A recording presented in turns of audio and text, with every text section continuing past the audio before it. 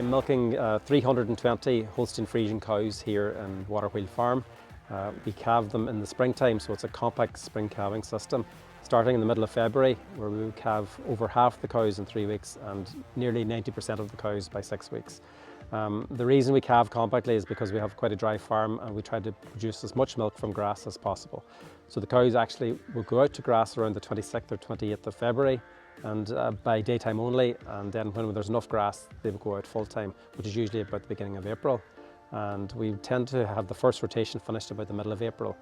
So it's a grass-focused system. The cows produce about 6,000 litres of milk, or about 520 kilos of milk solids, and we feed about just over a tonne of meal to those cows. So the majority of milk is produced from grass. They're Holstein Friesians. We would have done a little bit of crossbreeding 20 years ago, but we've primarily bred the cows along that line, and we've very much used the EBI, the Economic Breeding Index, to breed the cows. So we tend to have a very high genetic herd here. It's in the top 1% in the country for the EBA.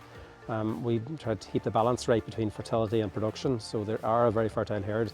It hasn't happened by accident because we've used the EBI to breed that fertility into the cows, and we would also like to obviously keep an eye on the percentage of milk's fat and protein, and to keep the kilos fairly right in that respect. And of course now we're obviously keeping an eye on the other factors, such as the health side of the cows. We would breed for 6 weeks with AI, and then we'd use stock bulls to clean up at that stage. And we would use the lower genetic cows, we cross those with beef breeds and sell the beef calves off the farm.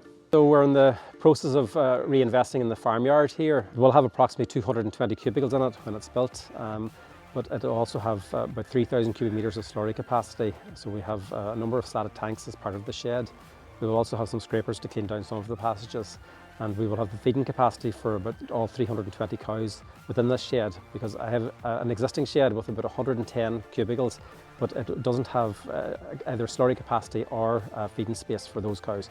So that 110 cubicles plus the 220 will give me this cubicle capacity for the existing herd. So by having these new tanks here along with the existing tanks on this farmyard, we will have enough capacity here for all our stock. So I intend to have the aeration system then to keep the slurry mixed at all times, because we are allowed to spread slurry from the 1st of February here in Donegal. And I intend, with the system I operate in the springtime, I intend to have the cows out at the end of February. So I can't spread all the slurry over the whole farm in February, because when you go onto fairly heavy covers of grass in February with slurry, you tend to tramp it. Even with an umbilical system, you'll tend to tramp the grass. So that grass that needs to be grazed in February needs to be looked after, and I intend to slurry that after the cows graze it. So the way I plan to run the slurry on this farm from next year onwards is to maybe slurry a percentage of the farm that is due to be grazed in April, and that will be done in early February. And then as the cows graze, every week we'll get an umbilical cord system to put slurry out over maybe 20 or 25 acres of the farm each week as it's grazed. And the whole idea is to try and capture the nitrogen in the slurry. As you know, slurry is more stable in the cooler temperatures in the springtime, and you tend to have better use of nitrogen. In the summertime, when it's warm, you'll have more volatilization of nitrogen, even with the trailing shoe system that I use in this farm.